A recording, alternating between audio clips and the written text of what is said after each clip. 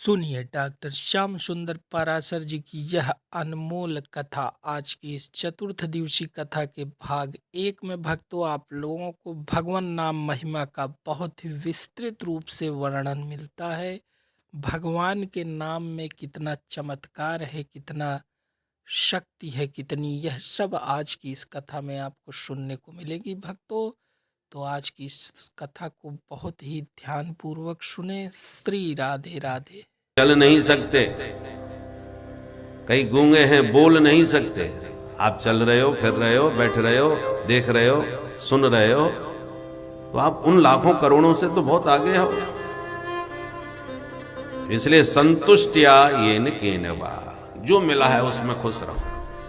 तीसरी बात, सर्वेंद्रियोपशांत्या च, अपनी इंद्रियों पर अपना संयम बना करके रखो। देखना इंद्रियों के न घोड़े बढ़े, इनमें हरदम ये संयम के घोड़े पड़े।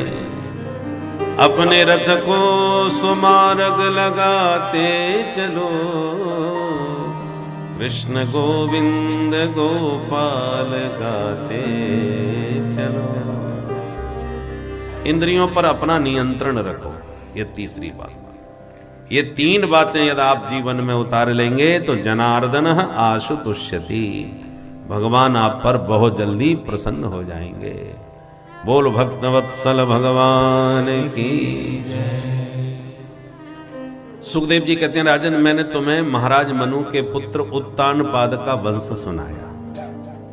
अब इनके दूसरे बेटा हैं प्रियव्रत, इनके बारे में सुनो। प्रियव्रत ने एक दिन संकल्प लिया कि रात होने से 12 घंटे अंधेरे में यूं ही लोग बर्बाद कर देते हैं, इसलिए मैं रात नहीं होने दूंगा।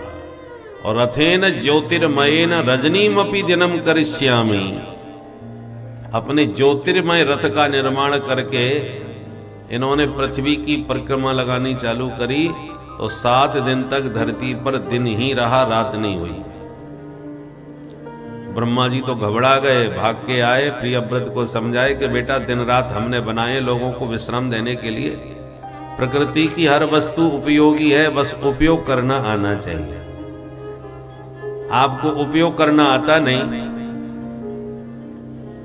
तो जो विवेकहीन होते हैं वो अमृत को भी विष बना लेते हैं, और जो बुद्धिमान होते हैं वो विष को भी अमृत बना लेते हैं। प्रकृति की हर वस्तु उपयोगी है, बस तुम्हें उपयोग करना ठीक से आना चाहिए। अमंत्रमक्षरम नास्ति, नास्ति मूल मनौषधम, अयोग्य पुरुषो नास्ति, योजकस्तत्र दुर्लभ। ऐसा कोई अक्षर नहीं जिसमें मंत्र बनने की सामर्थ्य न हो, पर किन किन अक्षरों के संयोग से कौन सा मंत्र बनेगा, कोई बनाने वाला होना चाहिए।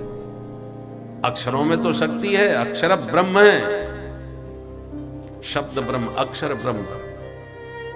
अब किन किन अक्षरों से कौन से मंत्र की शक्ति बनेगी, ये बनाने वाला कोई ऋषि होना चाहिए। ऋषयो मंत्र दृष्टारा। हर वनस्पति में औषधीय शक्ति है, दवा का काम करने वाली है। बस किन किन वनस्पतियों के संयोग से कौन सी औषधि बन सकती है, कोई बनाने वाला होना चाहिए।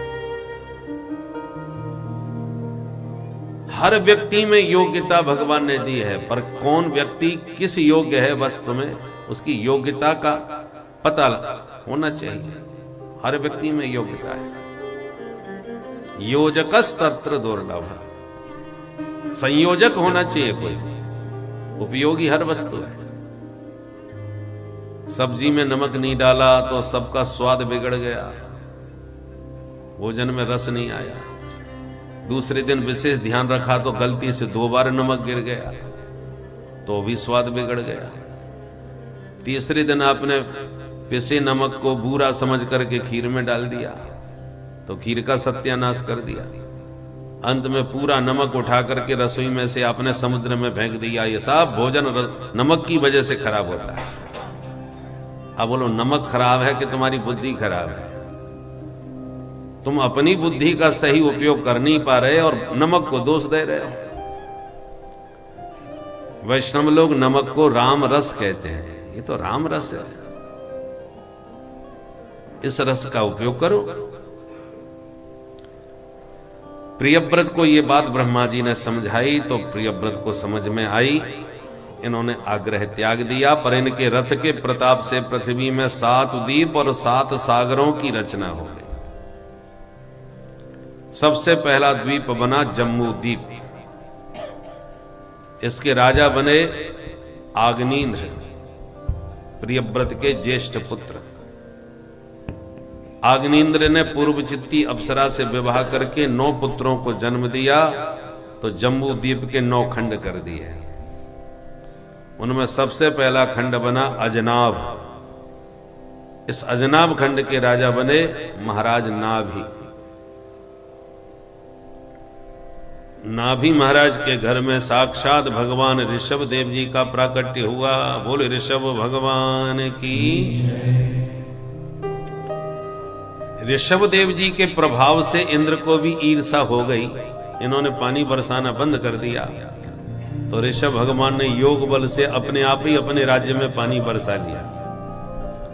लज्जित हो गए इंद्र, उन्होंने अपनी बेटी जयंती का विवाह कर दिया ऋषभ भगवान से, उन्हें अपना दामाद बना लिया। इंद्र पुत्री जयंती से विवाह करके ऋषभ देव जी ने 100 पुत्रों को जन्म दिया, जिनमें सबसे बड़े बेटे का नाम था भरत। जो भरत इतना प्रतापी राजा हुआ कि इस भरत के नाम से इस अजनाभ खंड को भारत वर्ष के नाम से जाना गया। आशित देनेदम वर्षम भारतम इति व्यपदिशन्ति। बोल भारत माता की। ये भरत के नाम से भारत भूमि कहलाए। भरत जी के 5 पुत्र हो गए, उनमें सबसे बड़े का नाम था सुमति। बड़े बेटे सुमति को सत्ता सौंप के भरत जी भजन करने के लिए गंडकी नदी के किनारे पुलहाश्रम में चले गए। खूब भजन किए, पर एक दिन गंडकी नदी में स्नान करने गए तो उसी समय एक गर्भवती मृगी पानी पीने पहुंची। मृगी पानी पी रही थी, ये स्नान कर रहे थे। इतने में एक शेर आया, उसने बड़ी जोर की गर्जना करी। सिंह गर्जना सुनकर के मृगी कांप गई और उसने बचने के लिए जल में ही छलांग मार दी, बहती नदी में। परंतु भयभीत मृगी ने जब पूरी शक्ति से छलांग मारी तो उसका प्रसव वहीं हो गया। उसके गर्भ का बालक पानी में ही पैदा हो गया और प्रसव पीड़ा से वो मृगी पानी में ही छटपटा करके मर गई। भरत जी की आंखों के सामने यह घटना घटी तो भरत जी ने देखा कि मृगी तो मर गई, पर उसका बच्चा अभी भी फुदक रहा है, जिंदा है।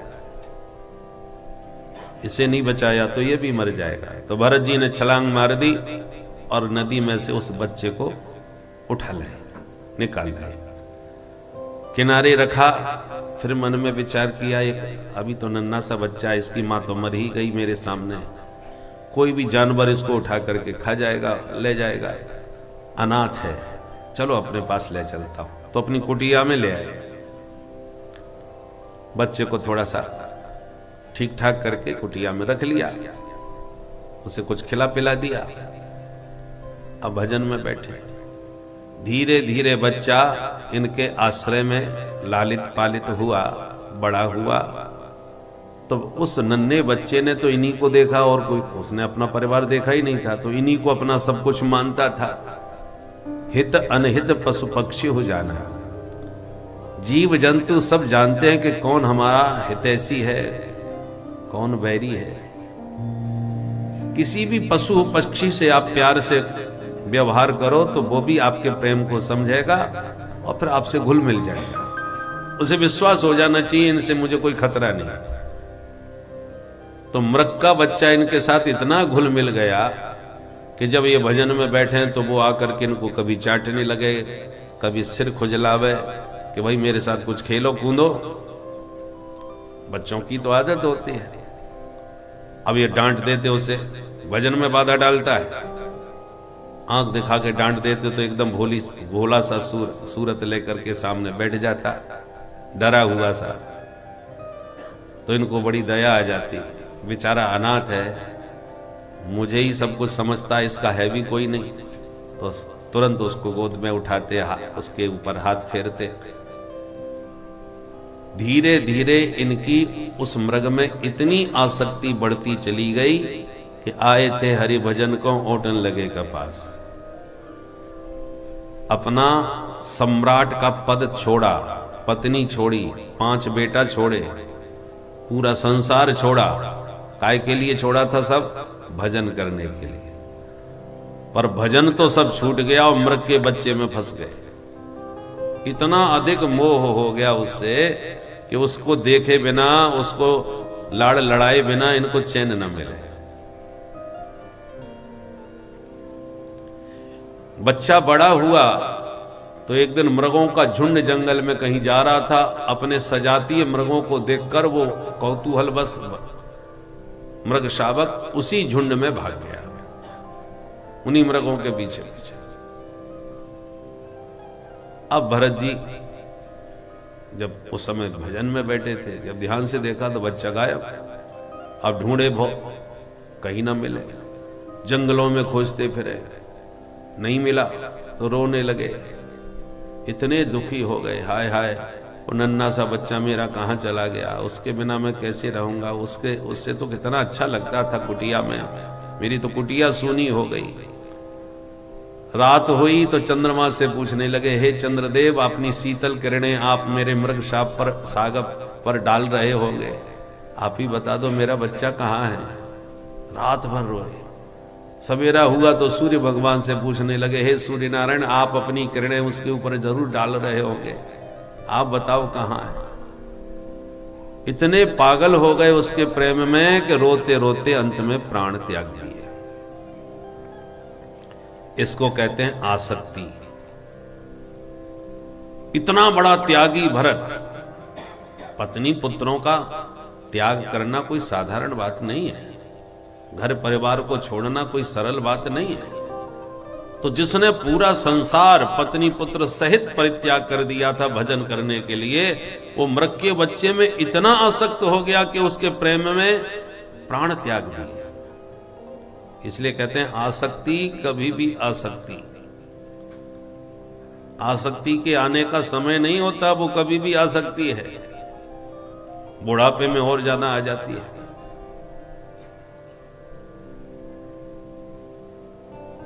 अंते यामती सागति, याद रखिए, जिसको याद करके मरोगे वही बनोगे। मरते समय मृग के बच्चे की याद रही तो अगले जन्म में ये भी मृग बन के पैदा हुए। आजकल लोग कुत्तों में बहुत आसक्ति रखते हैं,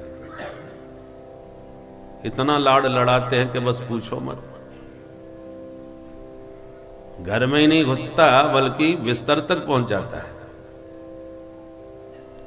जबकि शास्त्र कहते हैं जिस घर में कुत्ता घूमता है, जिन वस्तुओं को सूंघता और छूता है, वो घर, उस घर की कोई भी वस्तु देवता ग्रहण नहीं करते, सब अपवित्र हो जाता है। पहले कुत्ते गलियों में भागते डोलते थे और घरों में गौ माता का दर्शन होता था। आज गायें गलियों में भगती फिर रही हैं और कुत्ते घरों में घुसे बैठे हैं।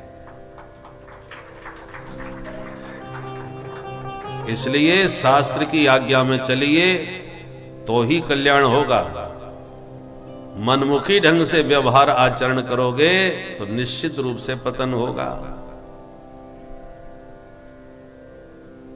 एक बार कनाडा में एक पंडित जी कह रहे थे हमसे, बोले महाराज स्थिति आपको पता नहीं, हम तो कर्मकांड के लिए घर घर जाते हैं पूजा पाठ कराने, तो किन्हीं घरों की स्थिति ऐसी है कि जब कलावा बांधते हैं हाथों पर तो सबसे पहले कुत्ते को बंधवाते, महाराज ये हमारे घर का सदस्य है, पहले हमारे डॉगी को बांधवा।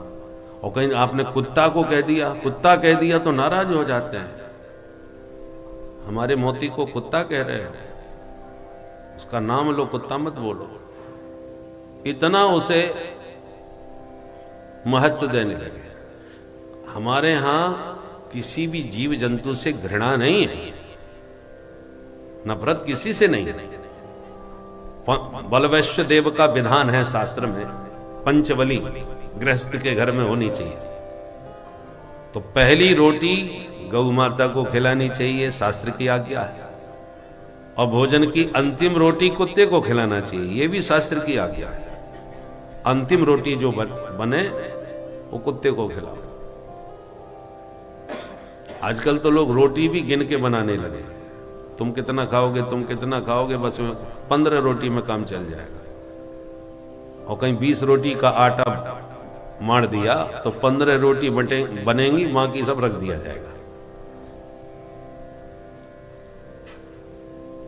5 लोगों को नित्य भोजन कराना चाहिए। गाय को भले ही 1 रोटी खिलाओ, गाय को, कुत्ते को, चींटी को, अतिथि को और कौए को। शास्त्र की आज्ञा है। इसको बलवश्य देव में पंच यज्ञ का विधान माना गया है। जो इन 5 लोगों को प्रतिदिन भोजन करावे, उस अन्न की शुद्धि हो जाती है। अन्न जो आता है, घर में भोजन बनता है, तो न जाने उसमें कितने दोष होते हैं, कहां कहां से किस किस से वो अन्न गुजरता हुआ आपके यहां पहुंचा है। तो जितने दोष हैं, आपके चलने से जो जीव जंतु चींटी आदि मर जाते हैं, कई हिंसा हमसे अनजाने में होती है, वो सारे पाप इन 5 लोगों को प्रतिदिन भोजन कराने से समाप्त हो जाते हैं। ये शास्त्र की आज्ञा है।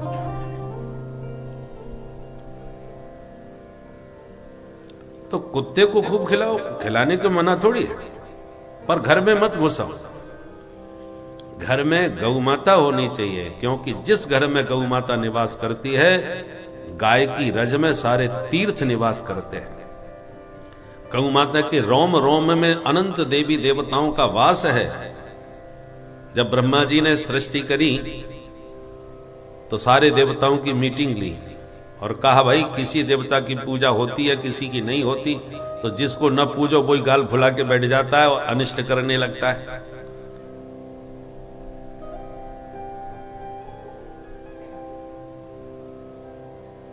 तो सबको कैसे खुश किया जाए?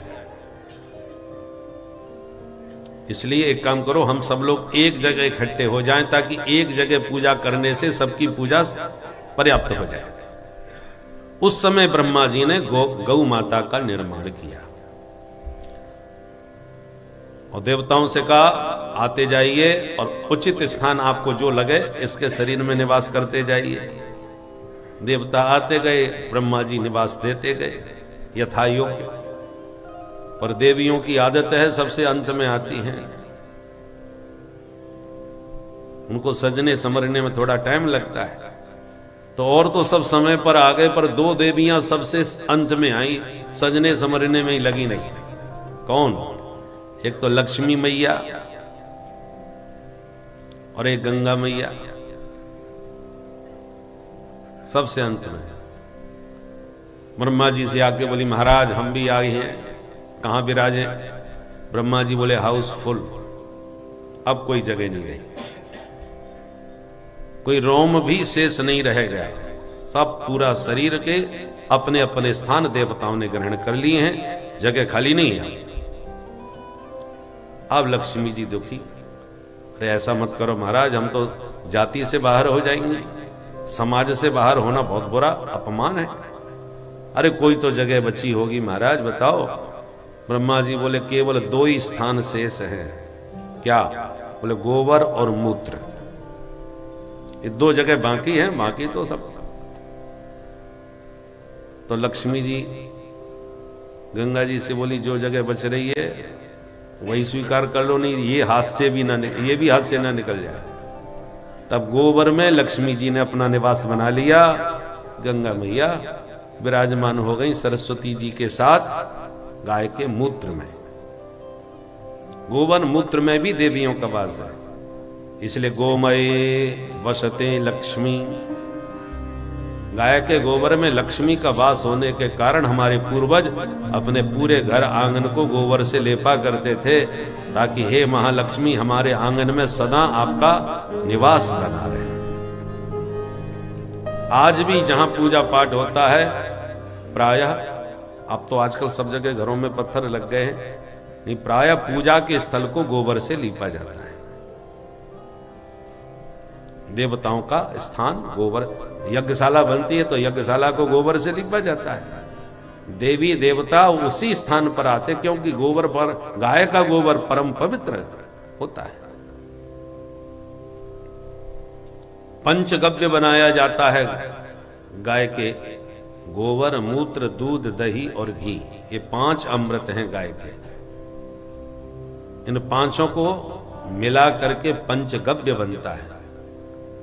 उस पंचगव्य को पान करने का मंत्र है, यस्त्वगस्त्यगतम पापम देहे तिष्ठति मामके प्राश्नात् पंचगव्यस्य दहत्यग्निर्वेन्धनम। हे गौ माता, हमारे शरीर के समस्त पापों को ऐसे भस्म कर दो जैसे अग्नि ईंधन को जला करके राख कर देती है।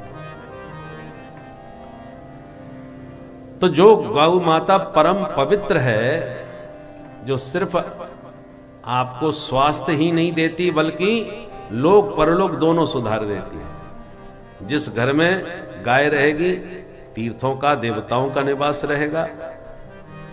ये तो है धार्मिक भावना।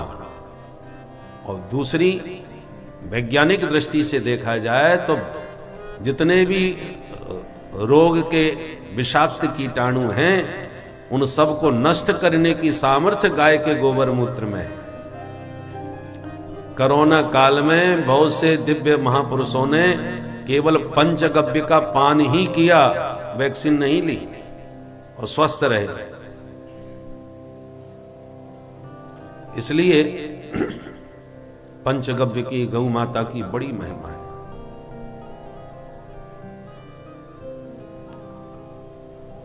गाय का दूध अमृत है। गाय का घृत जो है उसी को देवता स्वीकार करते हैं। हवन आदि हो गए, दीपक जले, अखंड दीपक जले। देवताओं का कोई भी काम गाय के बिना पूर्ण हो ही नहीं सकता। पंचामृत बनाओ चाहे पंचगव्य बनाओ, गाय के बिना कैसे कार्य सिद्ध होगा। जीते जी आपको अपने दूध से हृष्ट पुष्ट स्वस्थ रखती है, और तुम्हारे मरने के बाद गौ माता अपनी पूंछ पकड़ा करके तुम्हें बैतरणी से पार लगाती है। तो लोक और परलोक दोनों को सुधारने वाली गौ माता है। तो जिससे लोक परलोक दोनों बने, उस गाय के लिए हमारे घर में कोई स्थान नहीं रहा। और जिससे लोक परलोक दोनों ही नष्ट हो जाते हैं, उस कुत्ते के लिए हमने इतना महत्व दिया है।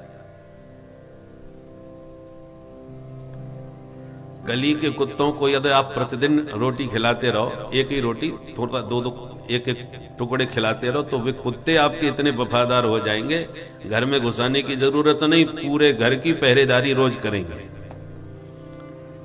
जब भी आओगे जाओगे, आपके सामने पूंछ हिलाते होगे, लाड़ लड़ाएंगे। घर में घर घुसाना कोई जरूरी थोड़ी है, बाहर ही खिलाओ। तो जैसा शास्त्र कहते हैं वैसा करोगे तो ही लोक परलोक की सिद्धि होगी। तो जीव मात्र पर दया करो, उसमें बुराई नहीं है, पर शास्त्र विरुद्ध आचरण नहीं होना चाहिए।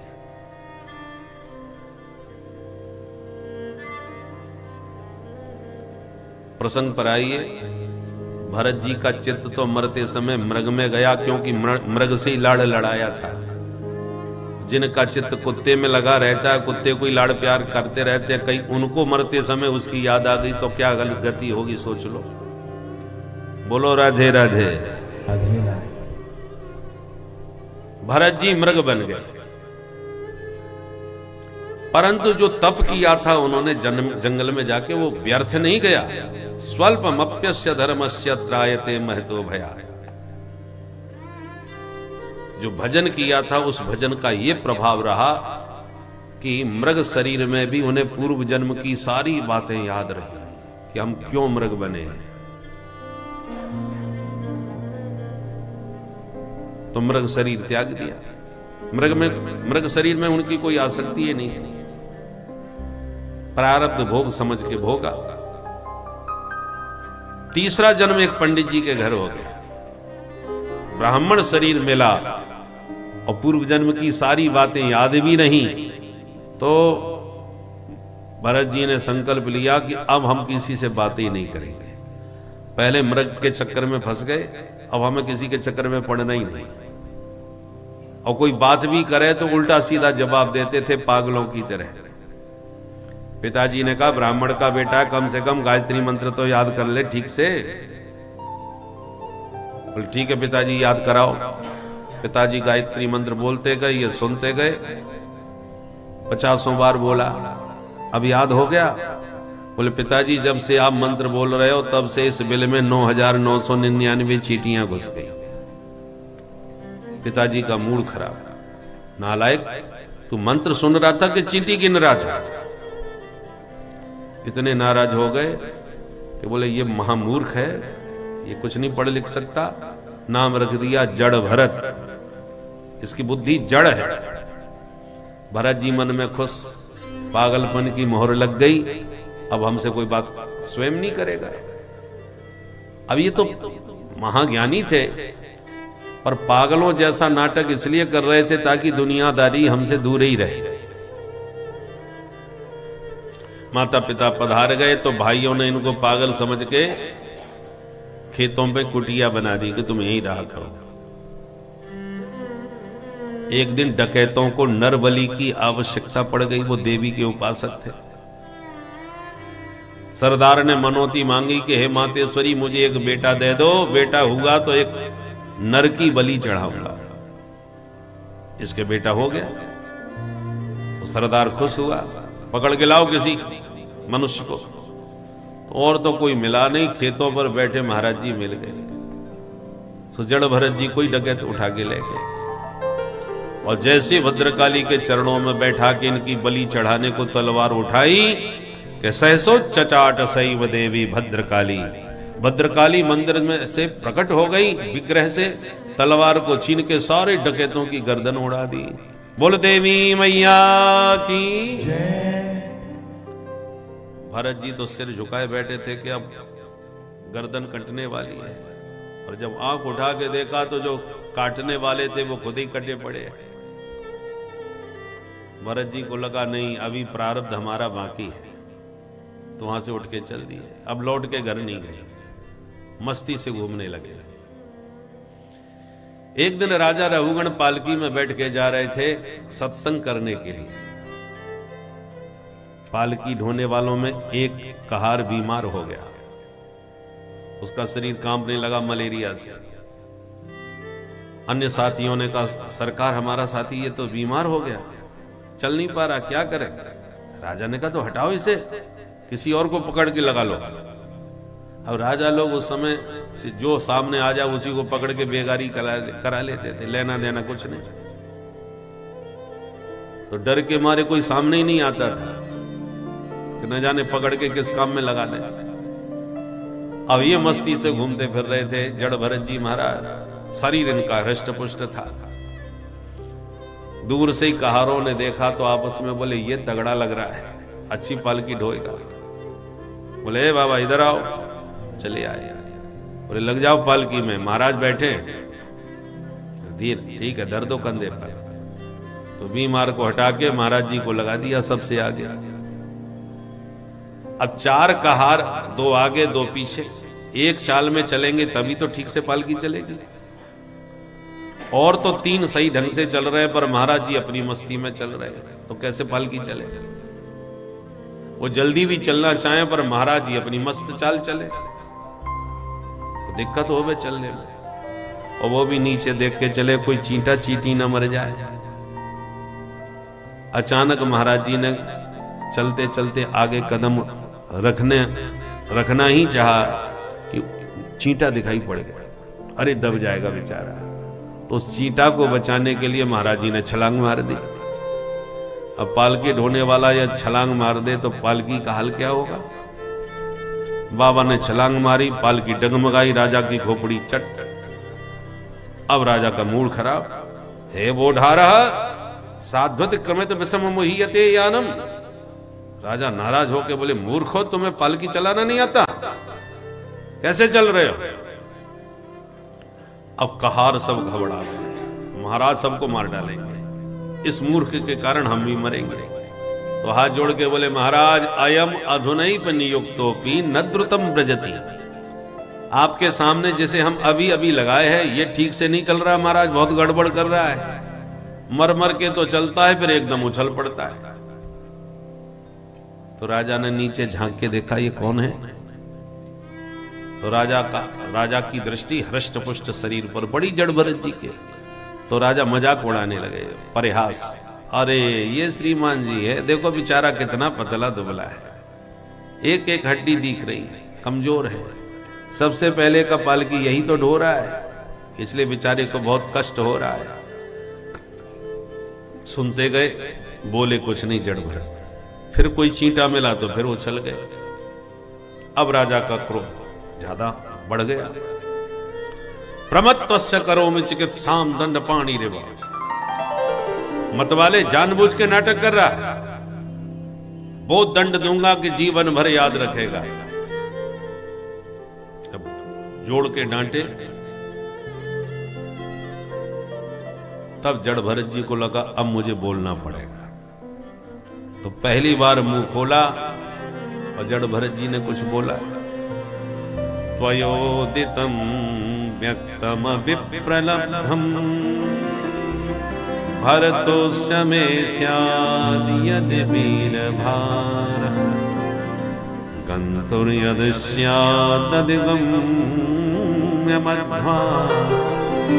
पीबेति रासौ न विदां प्रवादः। राजन आप किससे दंड देने की बात कर रहे हो? मुझे? भाई मैं तो ना मोटा हूं, ना पतला हूं, ना पैदा होता हूं, ना मरता हूं, न तुम्हारा मेरे ऊपर कोई भार है, न भार का मुझे कोई कष्ट है। मोटा पतला होगा तो ये शरीर होगा, मैं नहीं। भार होगा तुम्हारा तो इस शरीर पर होगा, मुझ पर नहीं। कष्ट हो रहा होगा तो इस शरीर को ही हो रहा होगा, मुझे नहीं। जब ये जड़ भरत जी ने कहा और कहा, राजन ये जो सड विकार हैं, इनको हम सडूर्मियां कहते हैं, ये सब शरीर में होती हैं, आत्मा में उसका प्रभाव नहीं होता। अस्ति जायते वर्धते पन्नमते अपक्षीयते और विनश्यति, ये सडूर्मियां कहलाती है। ये शरीर में है, आत्मा में नहीं। जब ये प्रवचन सुना तो जड़ भरत जी की वाणी से कान खड़े हो गए रघुगण के। देखने में तो निरा पागल जैसा लग रहा है, पर वाणी तो इसकी बड़ी गंभीर है भाई। इसकी वाणी में तो बड़ा दिव्य ज्ञान भरा हुआ है। ध्यान से दोबारा देखा तो कंधे पर जनेऊ दिखाई पड़ गया, जैसे कोई राख उठाने के चक्कर में आग उठा ले, जल जाता है। आग राख में छुपी होती है, पता नहीं चलती। कभी कभी पुराने जमाने में माताएं जब राख से बर्तन मांजती थी तो कभी कभी ऊपर तो राख है और भीतर आग है, तो जल जाती थी। तो जड़ भरत जी देखने में तो अवधूत पागलों की तरह घूमते थे, और उनके भीतर जो ज्ञान विज्ञान उनकी वाणी से जब प्रकट हुआ तो राजा तो एकदम भौचक्के रह गए। अरे ये तो कोई ब्रह्मज्ञानी महापुरुष है भाई।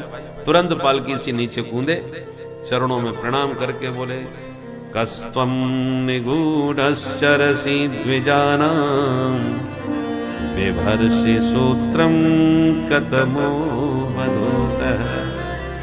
कौन महापुरुष हैं आप? अपने आप को छुपा करके घूम रहे। मैं संसार में किसी से नहीं डरता महाराज, यदि डरता हूं तो केवल ब्राह्मण के कोप से डरता हूं, क्योंकि ब्राह्मण जब कुपित होता है तो मारता ही नहीं है, सारे वंश का ही सर्वनाश कर देता है। बोलो राधे राधे राधे राधे राधे।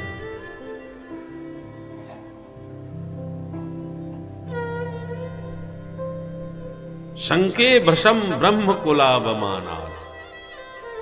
ब्राह्मण कुल का कोप मुझे बहुत भयभीत करता है, बस और किसी से मैं डरता नहीं। जड़ भरत जी बोले, हाँ हैं तो हम भी ब्राह्मण ही, पर खतरनाक नहीं, आप बिल्कुल न डरो, जो कहना है खोल के कहो। तब रघुगण ने कहा, महाराज आपने अभी कहा कि मैं तो आत्मा हूं, शरीर नहीं। तुम्हारा भार शरीर पर होगा, मुझ पर नहीं। और उस भार का यदि कष्ट हो रहा होगा तो शरीर को हो रहा होगा, मुझको नहीं। ये बात मेरी तो समझ में आई नहीं। क्यों? बोले महाराज जब शरीर में कष्ट होगा तो क्या आत्मा को कष्ट नहीं पहुंचेगा? आत्मा है तो शरीर में ही। चूल्हे पर बर्तन रखो, बर्तन में पानी भरो, पानी में चावल डाल दो, तो क्या होगा? पहले अग्नि बर्तन को गर्म करेगी, बर्तन पानी को गर्म करेगा, पानी चावल को गर्म करेगा, और देखते देखते चावल भात बन जाएगा।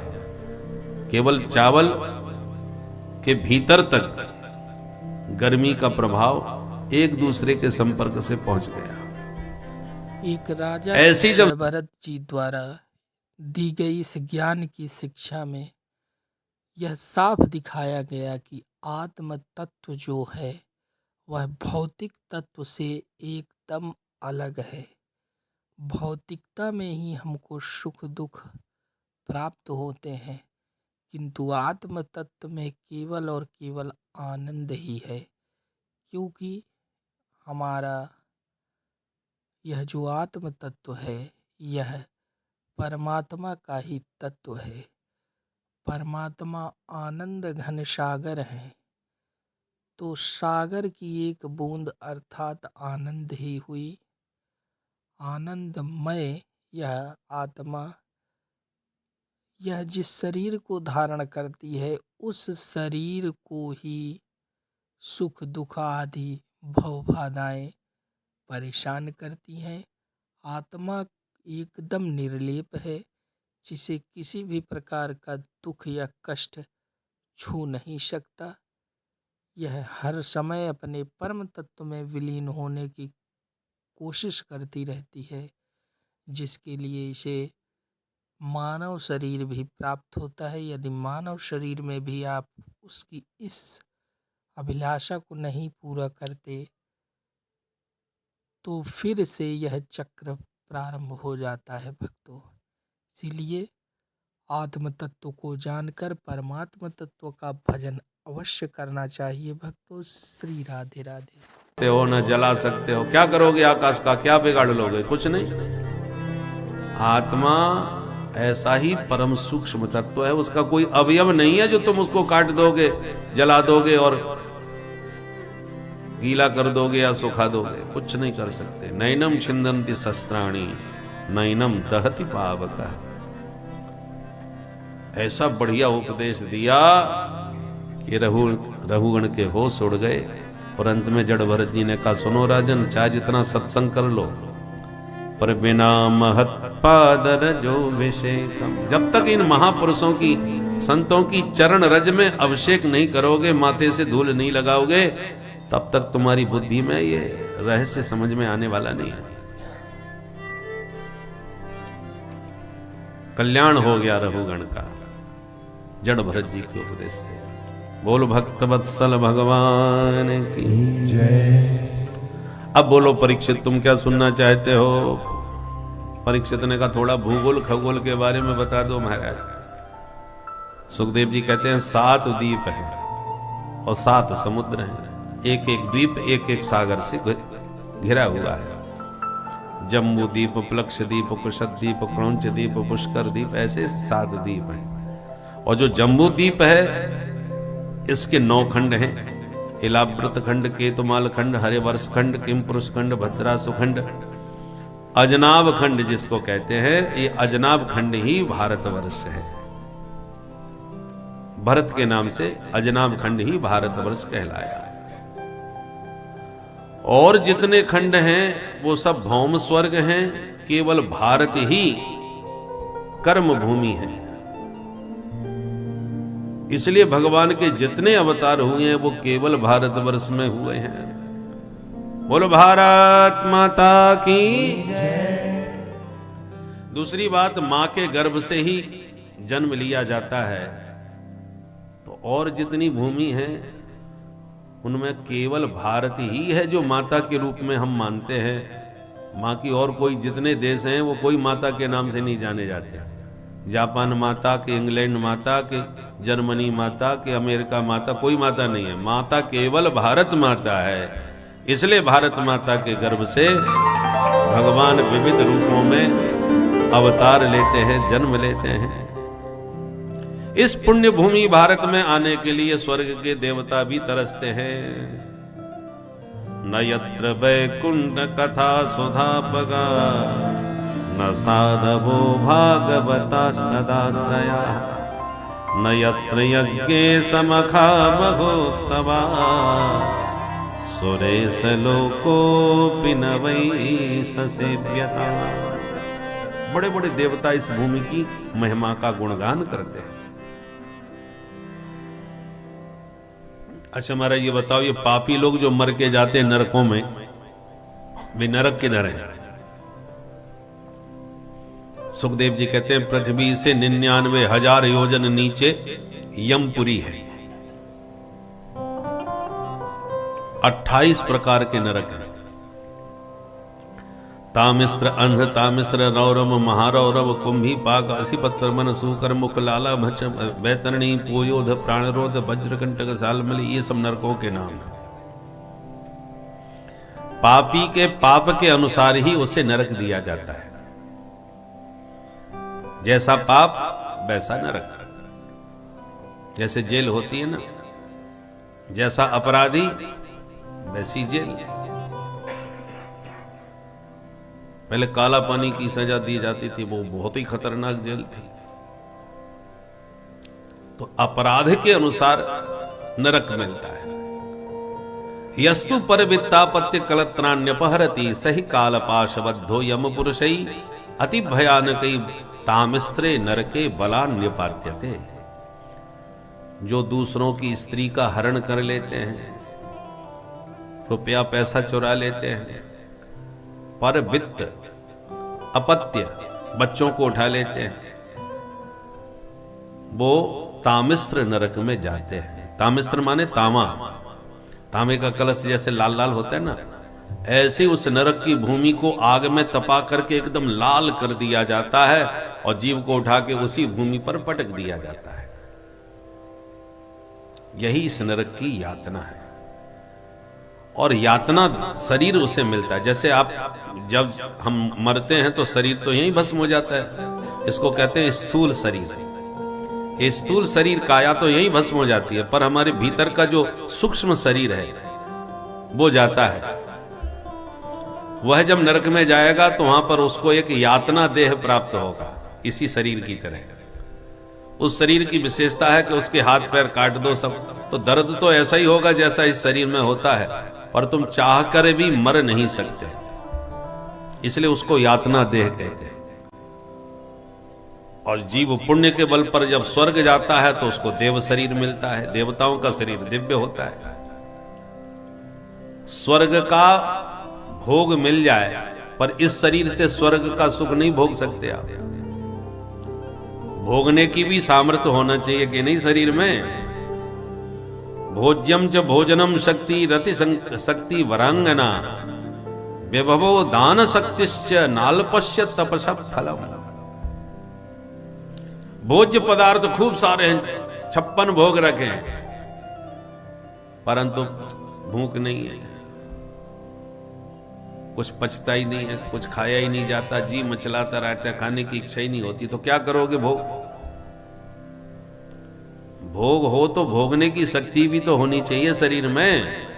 उसी प्रकार देवताओं स्वर्ग में भोग सामग्री तो बहुत है, पर उस भोग को भोगने के लिए देव शरीर भी होना चाहिए, दिव्य देह।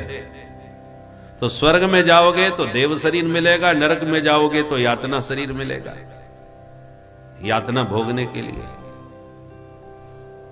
घर में कोई मेहमान आ जाए, अतिथि आ जाए, उसको जो क्रोध भरी आंखों से देखता है कि अब इसको कौन बना के खवावे, ये न जाने कहां से आ मरा। ऊपर से तो हंस रहे, बत्ती सी निकाल के जबरदस्ती कहीं बुरा न मान जाए। कई जगह ऐसा होता है, कोई मेहमान आ गया तो मन तो मूड तो खराब हो रहा है, कहां से आ मरा, और ऊपर से बेचारे जबरदस्ती हंसी नहीं आ रही, फिर भी बत्ती सी निकाल के दिखानी पड़ रही है कि वो बुरा ना मान जाए। हमारे गांव का है भाई, रिश्तेदार है। ऐसे लोगों को वज्रतुंड नरक में जाना पड़ता है, जहां गीद उसकी आंख निकाल के खाते हैं। इसलिए हमारे यहां कहते हैं अतिथि देवो भव। कोई भी घर में आता है वो अतिथि हमारा देवता के समान होता है, उसका आदर करना चाहिए अपनी शक्ति सामर्थ्य के अनुसार।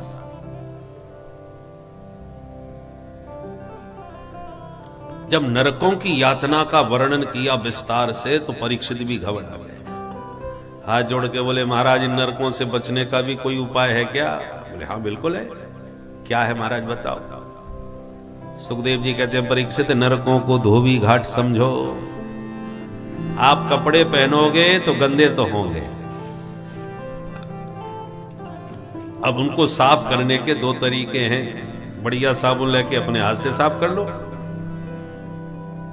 फुर्सत नहीं है तो फिर धोबी घाट पर भेज दो।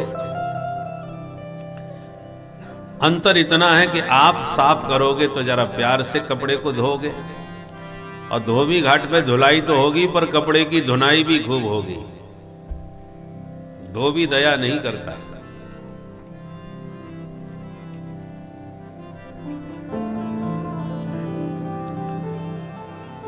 धोबी का जो डंडा होता है ना उसको कुतका कहते, कुतका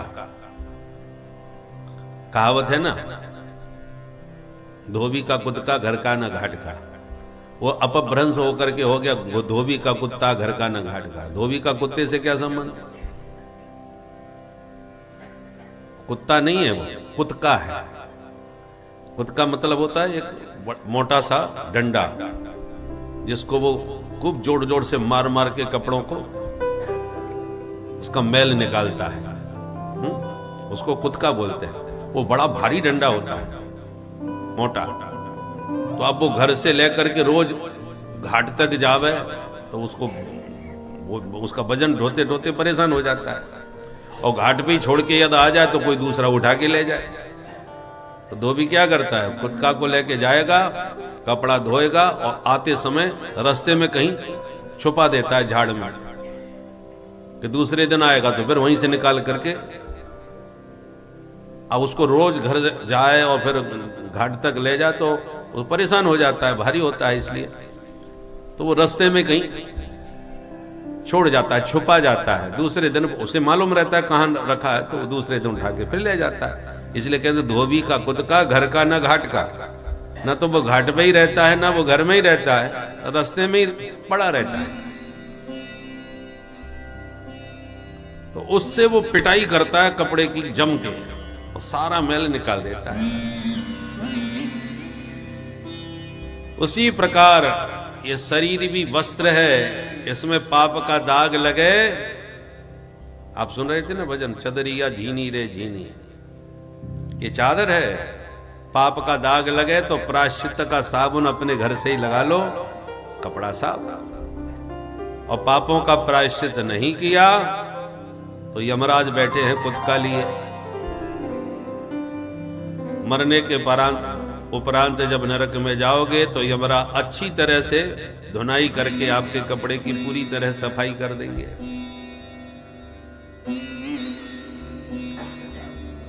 परीक्षित ने कहा महाराज तो एक एक पाप का कहां कहां प्रायश्चित पूछने जाएं हम, किससे पूछें?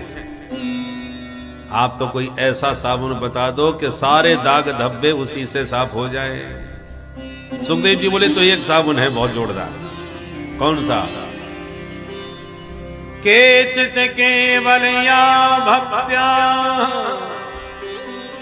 वासुदेव परायणा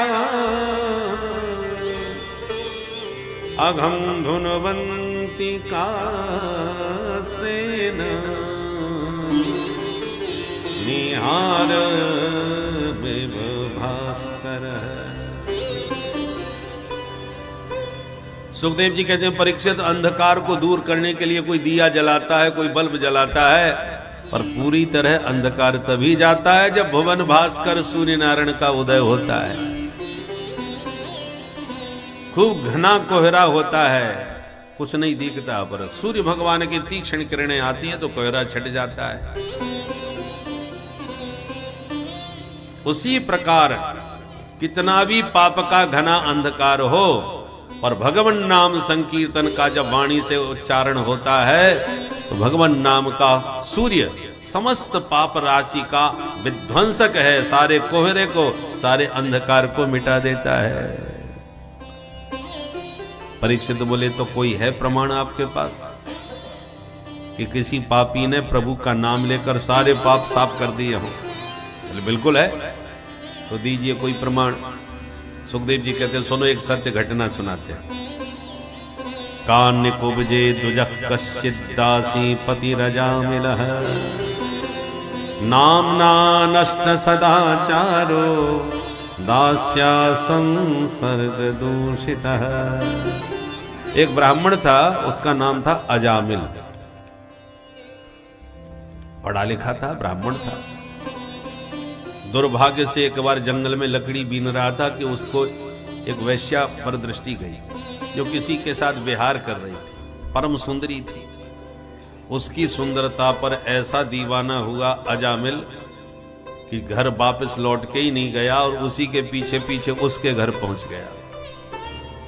उसी के साथ रहने लगा, उसी का दीवाना बन करके, और उसी के द्वारा 10 बच्चे पैदा किया।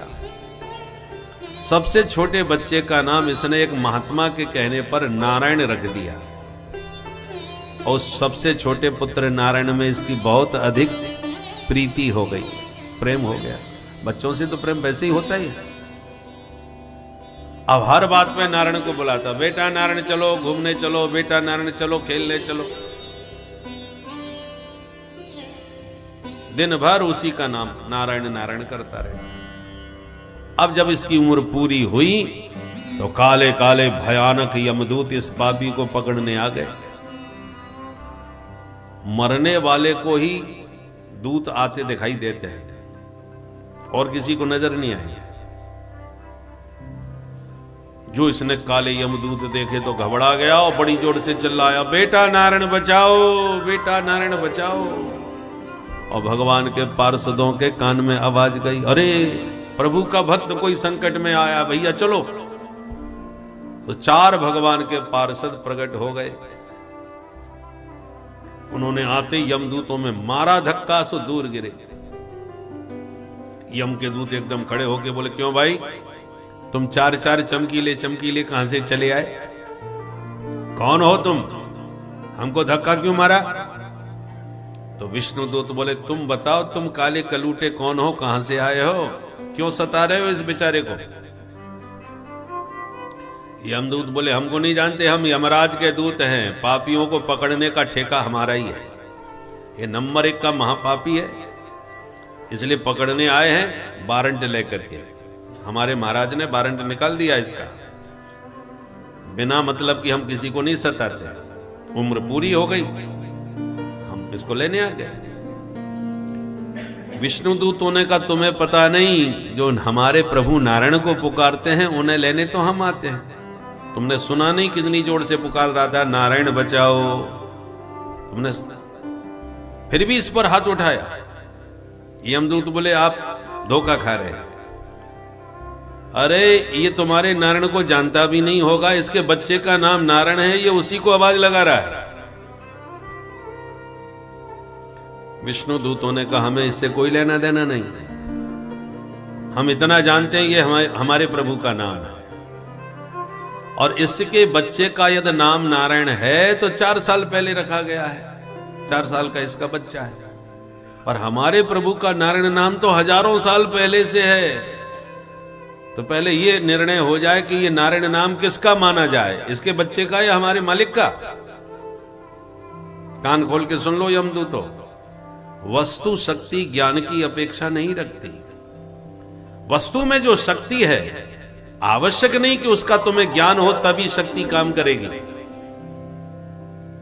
अज्ञानात अथवा ज्ञानात उत्तम श्लोक नाम यत्। बिजली के तार में करंट होता है, किसी को ज्ञान है किसी को नहीं है, परंतु ज्ञान है वो छुएगा तो भी उसको करंट लगेगा, जिसको ज्ञान नहीं है वो भी छू ले तब भी करंट तो उसे लगेगा। करंट को मतलब नहीं है कि तुम ज्ञान रखते हो मेरे बारे में या नहीं। तो जैसे धोखे से भी तार पकड़ने पर करंट लगता है, धोखे से भी आग पकड़ने पर जलना पड़ता है, धोखे से भी विष पीने पर मरना पड़ता है, ऐसे मरते समय धोखे से भी प्रभु का नाम निकल जाए तो जीव का कल्याण होके ही रहता है।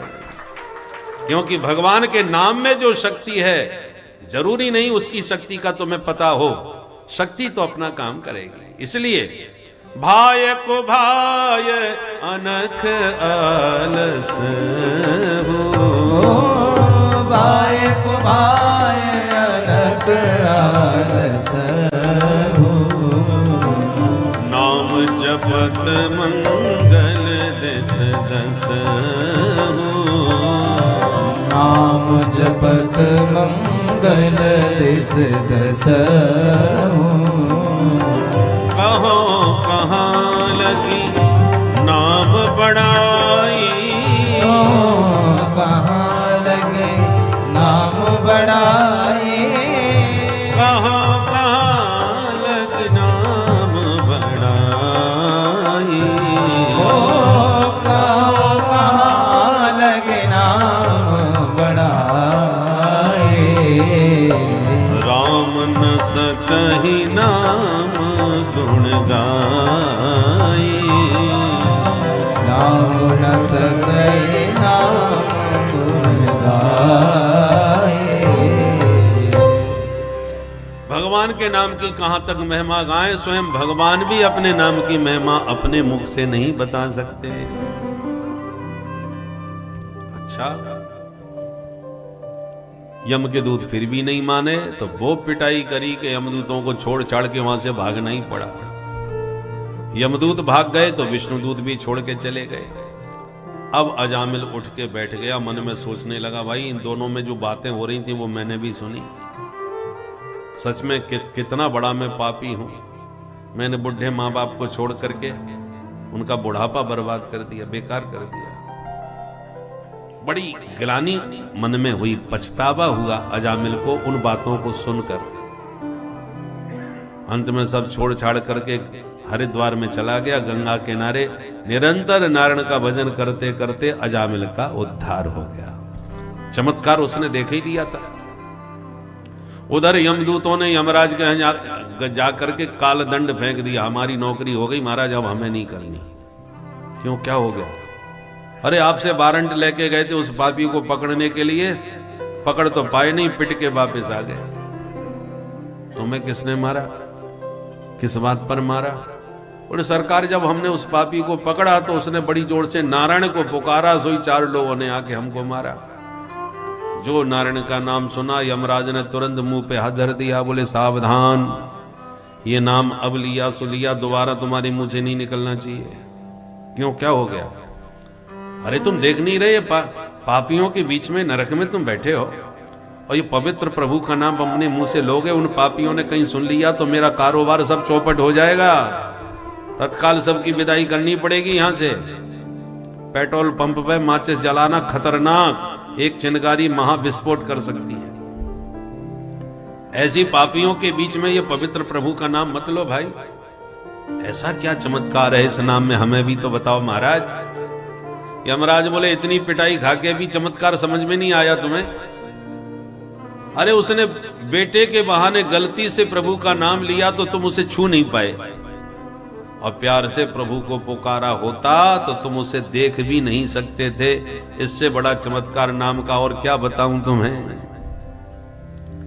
यमदूत बोले महाराज, तो हमें बार बार का झगड़ा पसंद नहीं है, आज आप हमें स्पष्ट बता दो कि हम किसको लेने जाया करें। यमराज बोले तो नोट करो, जिह्वान भक्ति भगवत गुण नाम धेयम्, चेतश्चन स्मरति तच्चरणारविन्दम्,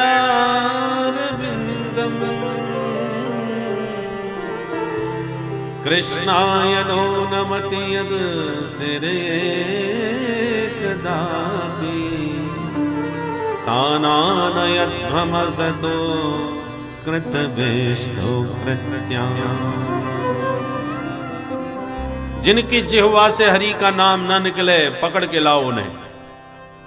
जिनका चित्त हरि के चरण कमलों का चिंतन न करे पकड़ के लाओ उन्हें। जिनका माथा श्री हरि के चरणों में न झुके उन्हें पकड़ के लाओ। बाकी लोगों से हाथ मत लगाओ, क्योंकि वो कृतज्ञ हैं, किए हुए उपकार को न मानने वाले। भगवान ने देव दुर्लभ शरीर मनुष्य का भारत भूमि में दिया, फिर भी उनका भजन नहीं किया, उनको धन्यवाद भी कभी हृदय से नहीं दिया। ऐसे पापियों को ही दंड देने के लिए मैं यमराज यहां बैठा हूं।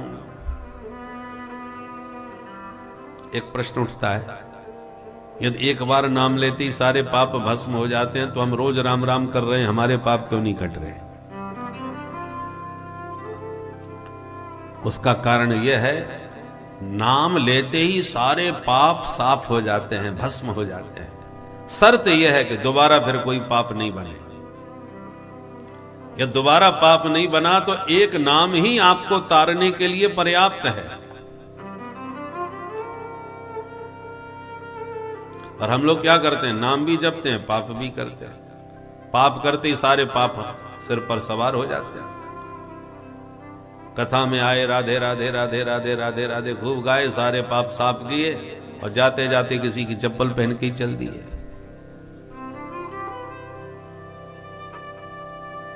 तो जितने करे धरे थे वो फिर जैसे के तैसे हावी हो जाते हैं सिर पर।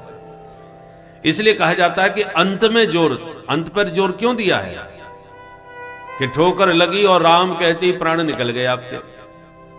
तो नाम लेते ही पाप भस्म, प्राण तत्काल निकल गए, तो पाप दोबारा बन ही नहीं पाया।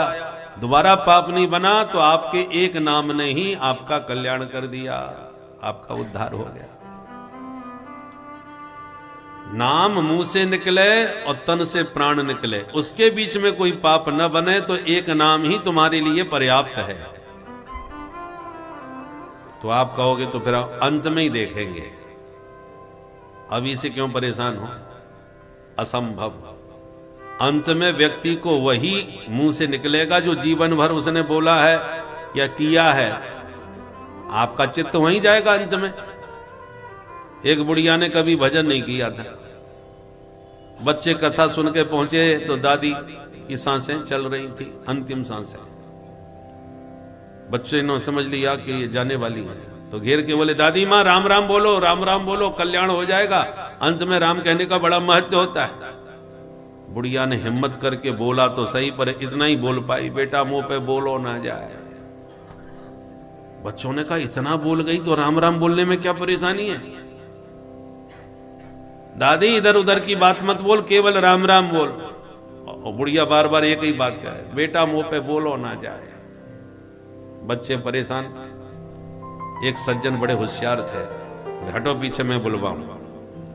वो आके बोले, अच्छा दादी ये बताओ आप क्या नहीं बोल सकती? उसने प्रश्न ही उल्टा दिया कि जब मैं कहूंगा क्या नहीं बोल सकती, तो बुढ़िया को यही कहना पड़ेगा मैं राम राम नहीं बोल सकती। तो धोखे से ही सही, राम राम तो मुंह से निकलेगा। इसलिए उसने कहा, दादी बताओ आप क्या नहीं बोल सकती? बुढ़िया तुरंत बोली, बेटा जो तू बुलावो चाहे बस वो ही ना बोल सकूं मैं। ले, पूरी कोशिश कर ली पर बुढ़िया राम राम नहीं बोली। जन्म जन्म मुनि जतन कराही, अंत राम कह आवत नाही। अंत में राम कहना इतना सरल नहीं है, बड़े बड़े महात्मा लोग चूक जाते हैं। इसलिए आइए खूब अभ्यास कीजिए हरि नाम का। निरंतर अभ्यास होगा तो ही अंत में बात बन सकती है। अरे होए गए भव से पार लेकर नाम तेरा, गए भव से पार, प्रेम से ताली बजाते हुए, नाम तेरा। होए गए भव से पार लेकर नाम तेरा, होए गए भव से पार लेकर नाम तेरा। नाम तेरा हरि नाम तेरा, नाम तेरा हरि नाम तेरा, नाम तेरा प्रभु नाम तेरा, नाम तेरा प्रभु नाम तेरा। होए गए भव से पार लेकर नाम तेरा, होए गए भव से पार लेकर नाम तेरा। वाल्मीकि वाल्मीकि अति दीन दुखी था, वाल्मीकि अति दीन दुखी था, वाल्मीकि अति दीन दुखी था, वाल्मीकि अति दीन दुखी था, बुरे कर्म में सदा लीन था, बुरे कर्म में सदा लीन था, करी रामायण तैयार लेकर नाम तेरा, हरि रामायण तैयार लेकर नाम तेरा, सब होए गए भव से पार लेकर नाम तेरा, सब होए गए भव से पार लेकर नाम तेरा। हरि राधे।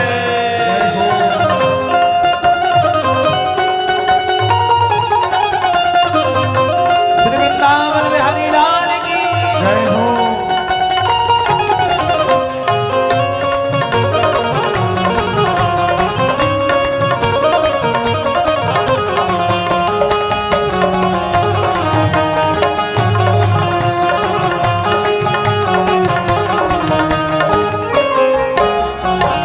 नल नील जाति के बानर, हे नल नील जाति के बानर, हे नल नील जाति के बानर, हे नल नील जाति के बानर, राम नाम लिख दिया शिला पर, राम नाम लिख दिया शिला पर, अरे होए गई जय हो। होए गई सेना पार लेकर नाम तेरा, होए गई सेना पार लेकर नाम तेरा, होए गए भव से पार लेकर नाम तेरा, सब होए गए भव से पार लेकर नाम तेरा। जय हो।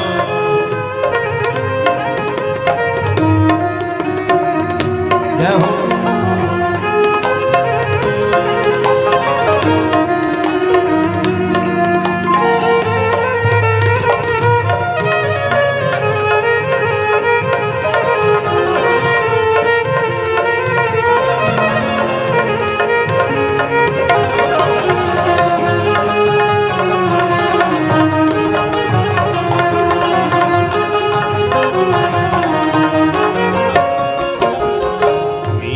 गिरधर नाम पुकारी, मीरा गिरधर नाम पुकारी, मीरा गिरधर नाम पुकारी, मीरा गिरधर नाम पुकारी, विष अमृत कर दिया मुरारी, विष अमृत कर दिया मुरारी, विष अमृत कर दिया मुरारी, विष अमृत कर दिया मुरारी। अरे खुल गए चारों द्वार लेकर नाम तेरा, खुल गए चारों द्वार लेकर नाम तेरा, सब होए गए भव से पार लेकर नाम तेरा, सब होए गए भव से पार लेकर नाम तेरा।